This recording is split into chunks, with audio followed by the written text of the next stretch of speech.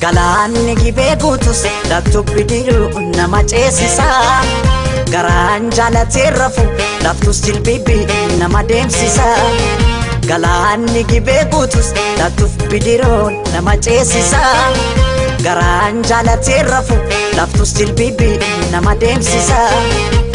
Anso sodaate barana qalbii kooti gibee gaman jaaladhe sanyii mooti. Anso sodaate barana qalbii kooti gibee gaman jaaladhe sanyii mooti.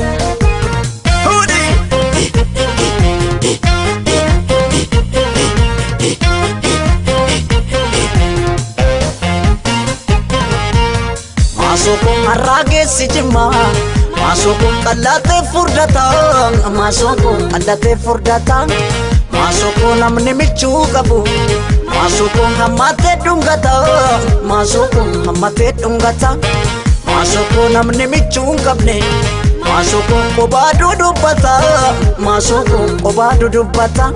Jimma jirtatti qubaan si qaba biyyaan fagaanne. Yaada keetanii kophaa gunguma malee maraanne. Jimma jirtatti qubaan si qaba biyyaan fagaanne. Yaada keetanii kophaa gunguma malee maraanne. Kan koolaphee sumaaf nuugituma natti taate kakka suusii buna. Wayya suusii buna dafanii danfisu maasoofi hafanii raffisu. Kan koolaphee sumaaf nuugituma natti taate kakka suusii buna. Wayya suusii buna dafanii danfisu maasoo dhabnaan akkamiin callisu.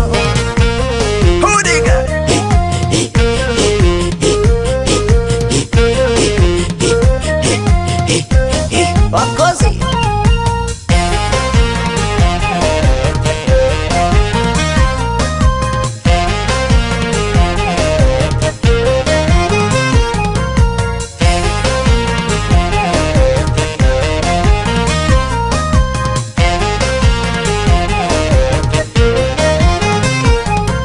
Galaanni gibee guutus laftu bidiruu nama ceesisa. Garaan jaalatee rafu laftus jilbibii nama deemsisa. Galaanni gibee guutus laftu bidiruu nama ceesisa. Garaan jaalatee rafu halkaniif guyyaa nama deemsisa.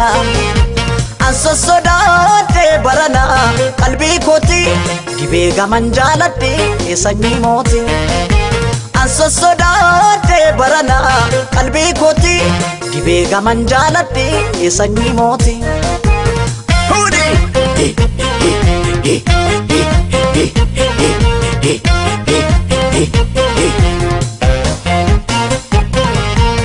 Masukun kan shaggarii galu.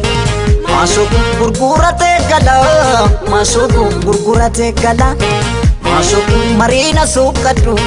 Masukun buntuuta kee jala. Masukun buntuuta kee jala.